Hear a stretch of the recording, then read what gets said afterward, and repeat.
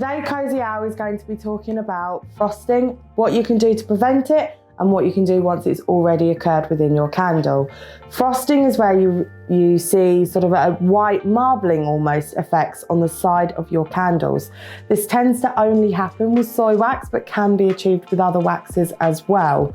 Obviously, it doesn't look that great on your candle, but there's so much that can be done to prevent it and also to cure it once it has already happened. First, let's talk about ways in which you can prevent it happening in the first place. What predominantly causes it is the wax cooling too quickly or being stored in a really cold location once it's poured.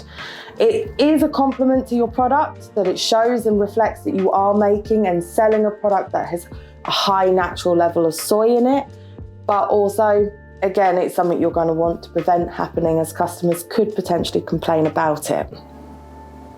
So the most common way to prevent this from happening is to heat and control the room temperature in which you're making your candle.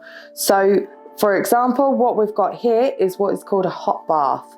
I've got my container that I'm planning to pour into inside a different sort of setup. Here we're using just a typical ceramic dish that you'll find in the kitchen. We've filled that with boiling hot water and I've placed my candle in it. Just make sure that the water level is not higher than obviously the glass level, because you don't want to get the water in with your wax. Now, the concept behind this is that the container is warm. So when you pour your wax inside your container, it's going to slow down that cooling process, which in turn slows down the shrinking.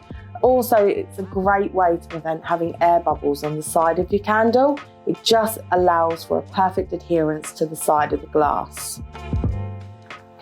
With the glass all set up, and I can already feel that the warmth has travelled from the water into the glass, I'm just going to pour the candle as normal.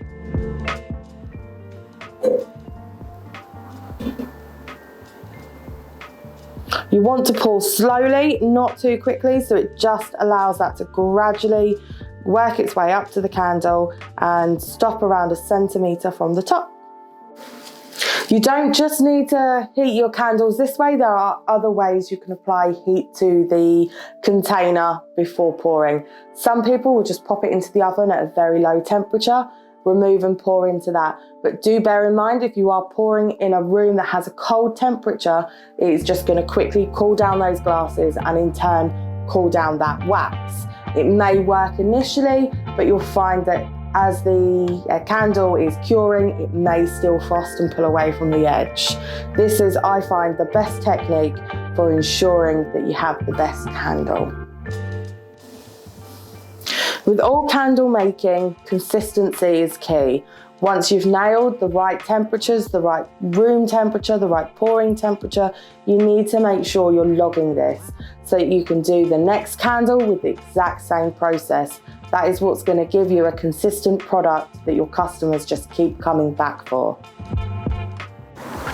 But not to worry, if your candle has frosted, there are things you can do to bring that back to its perfect form.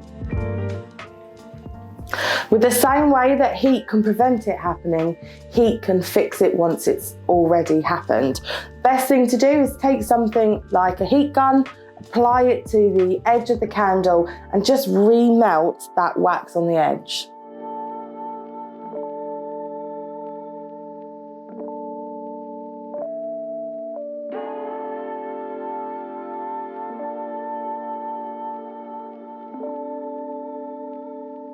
Prior to using the heat gun, you'd find you'd have a surface where you've got frosting that looks very similar to this. You can see all the white sections that is caused from the frosting. If I turn the candle around, I've already used the heat gun on this side and you'll find the surface is much smoother. There would need to be a longer time frame used with the heat gun to bring it back to pure perfection. But at the moment, you can already see there's been such a change from that white frosting to that nice clear green colour.